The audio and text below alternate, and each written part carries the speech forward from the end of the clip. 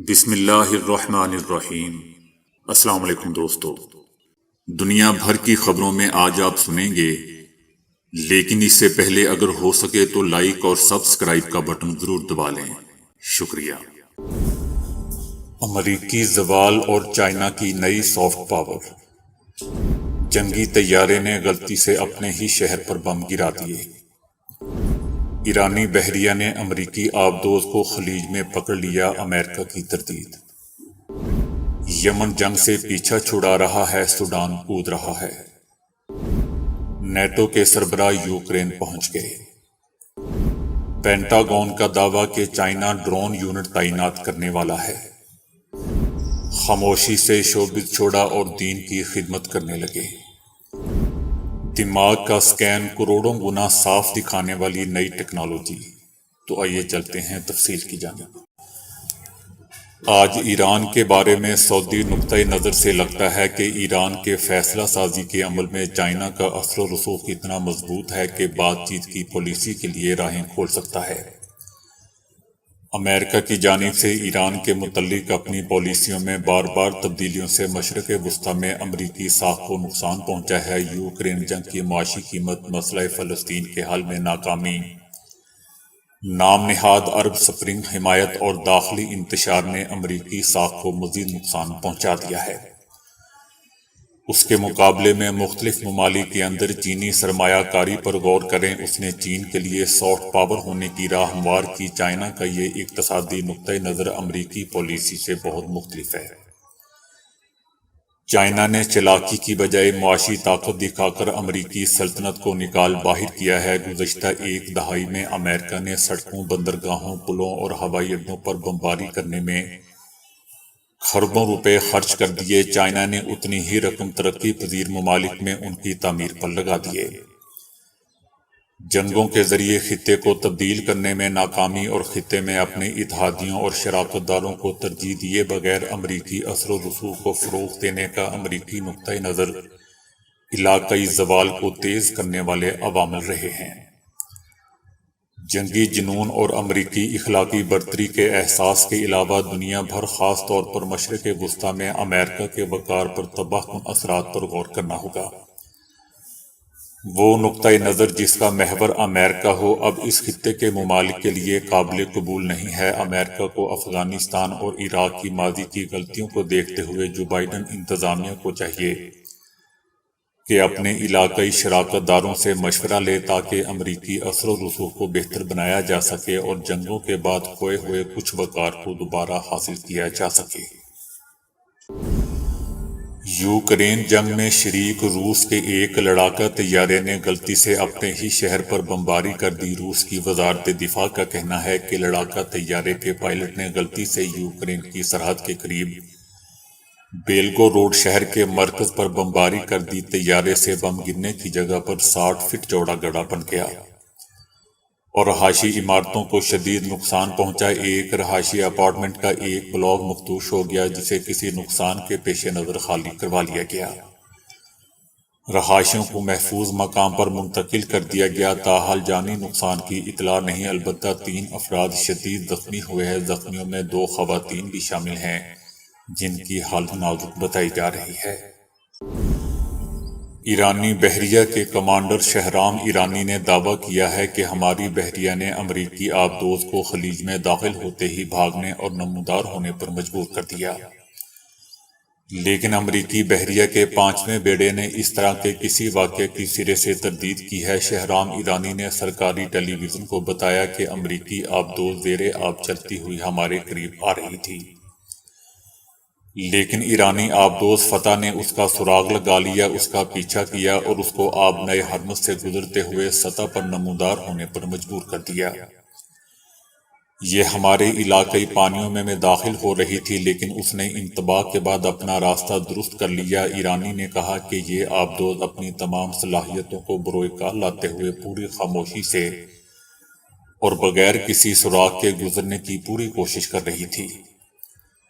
ہم یقینی طور پر بین الاقوامی اداروں کے سامنے یہ معاملہ رکھیں گے اور انہیں بتائیں گے کہ اس آبدوز نے ہماری آبی سرحد کی خلاف ورزی کی ہے۔ دوسری جانب بحرین میں موجود امریکی بحریہ کے 5ویں بیڑے نے ایران کی جانب سے اس غلط اطلاع کی تردید کی ہے۔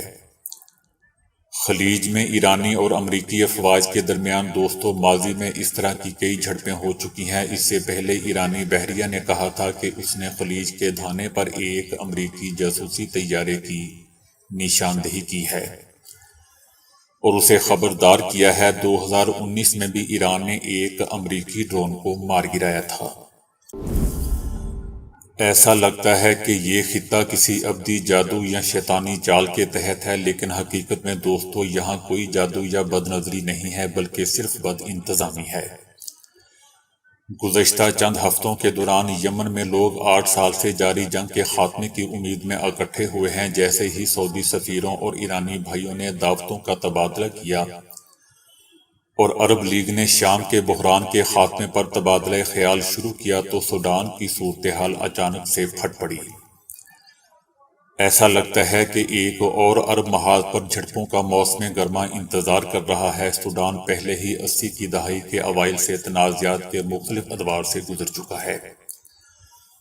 عمر البشیر حکومت کے خلاف بغاوت سے پیدا ہونے والے سماجی بحران اور تباہی کے بعد سوڈان شاید ہی اپنی سرزمین پر ایک اور جنگ کا متحمل ہو سکے۔ جب اقتدار کا مرکز ٹوٹ جاتا ہے تو ایسا ہی ہوتا ہے، جس سے ایک خلا پیدا ہوتا ہے جسے پر کرنا مشکل ہوتا ہے، جیسا کہ صدام حسین کے اقتدار کے خاتمے کے بعد عراق میں اور معمر قذافی کے بعد لیبیا میں دیکھا گیا تھا۔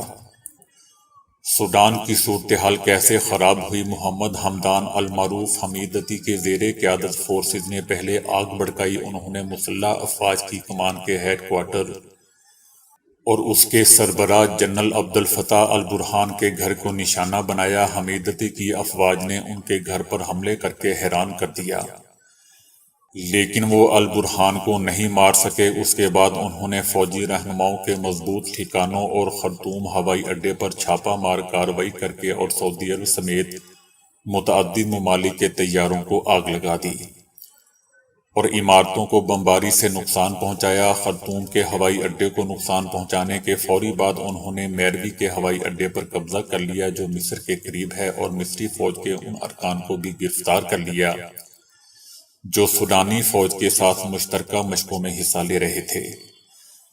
سوڈان ایک وسیع اور متنوع ملک ہے اور آزاد صحافیوں کی کمی کی وجہ سے زیادہ تر معلومات کی تصدیق نہیں کی جا سکتی۔ واقعات اتنی تیزی سے اور بڑے پیمانے پر رونما ہو رہے ہیں کہ ان کا مکمل احاطہ نہیں کیا جا سکتا۔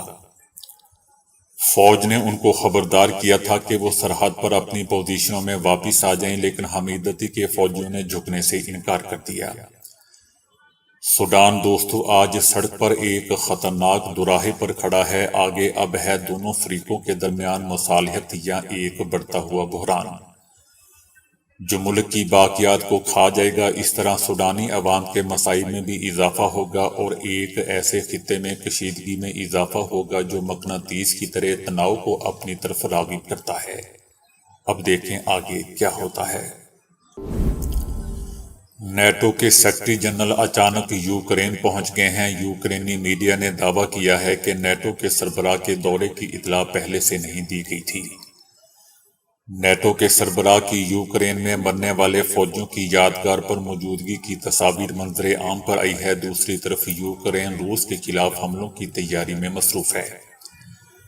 نیٹو کے بعد ارکان نے لڑاکا طیارے فراہم کر کے یوکرین کو اپنی حمایت کی یقین دہانی کروائی ہے۔ ادھر امریکہ نے یوکرین میں پیٹرائٹ میزائل سسٹم نصب ہونے کی خبر دیتے ہوئے اعلان کیا ہے کہ اس طرح یوکرین زیادہ محفوظ ہو جائے گا۔ یہ ایسی حالت میں ہے کہ روس نے نیٹو ارکان کو خبردار کیا ہے کہ یوکرین کی حمایت انہیں مہنگی پڑ سکتی ہے۔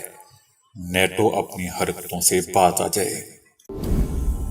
پینٹاگون کی لیک ہونے والی دستاویزات کے مطابق چائنا ایک جدید ڈرون جاسوسی یونٹ تعینات کرنے کی کوشش کر رہا ہے جس کے ڈرون آواز کی رفتار سے 3 گنا زیادہ تیز چلتے ہیں۔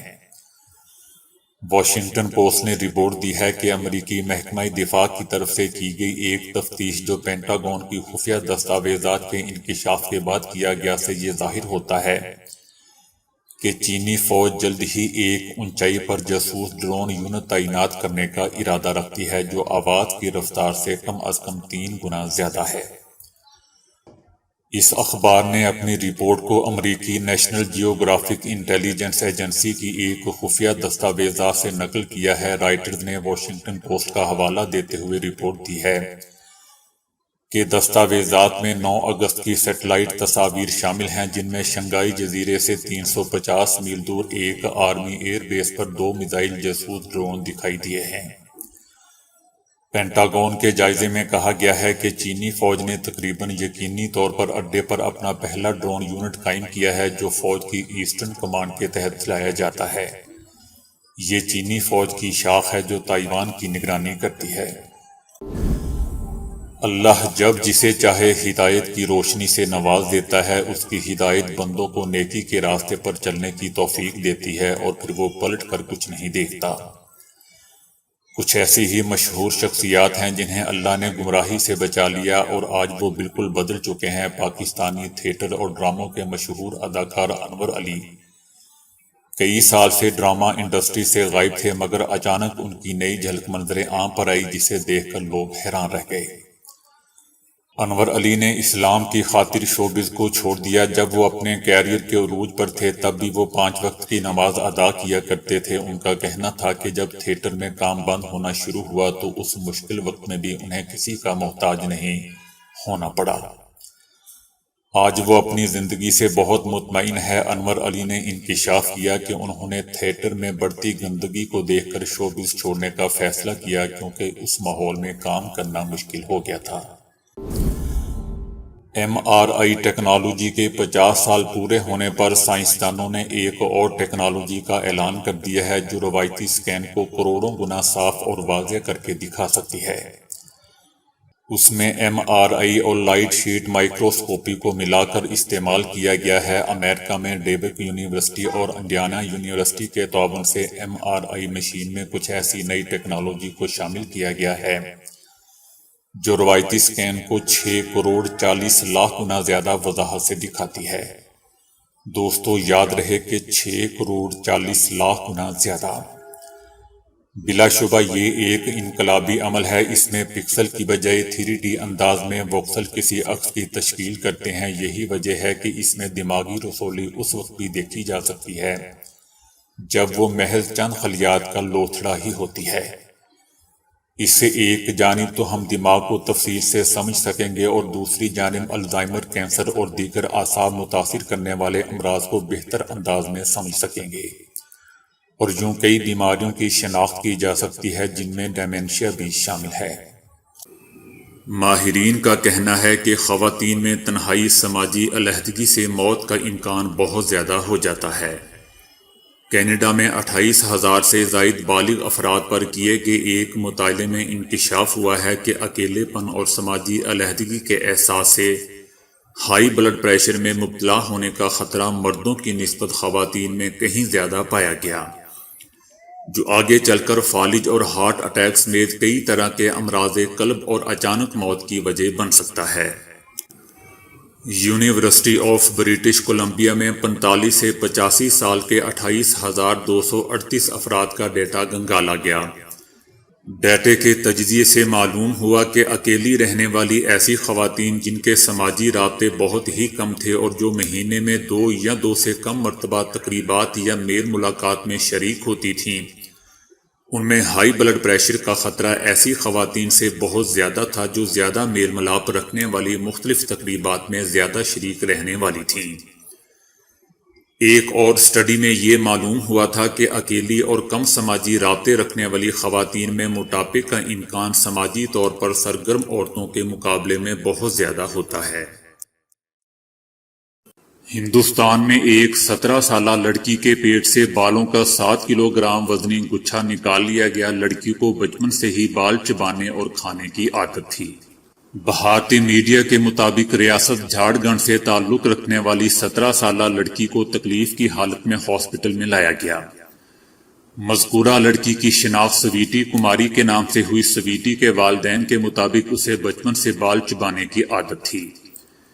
3 سال قبل پیٹ میں تکلیف کے باعث اس کا الٹرا ساؤنڈ کروایا گیا تو ڈاکٹرز نے خدشہ ظاہر کیا کہ شاید اس کے معدے میں کوئی ٹیومر ہے۔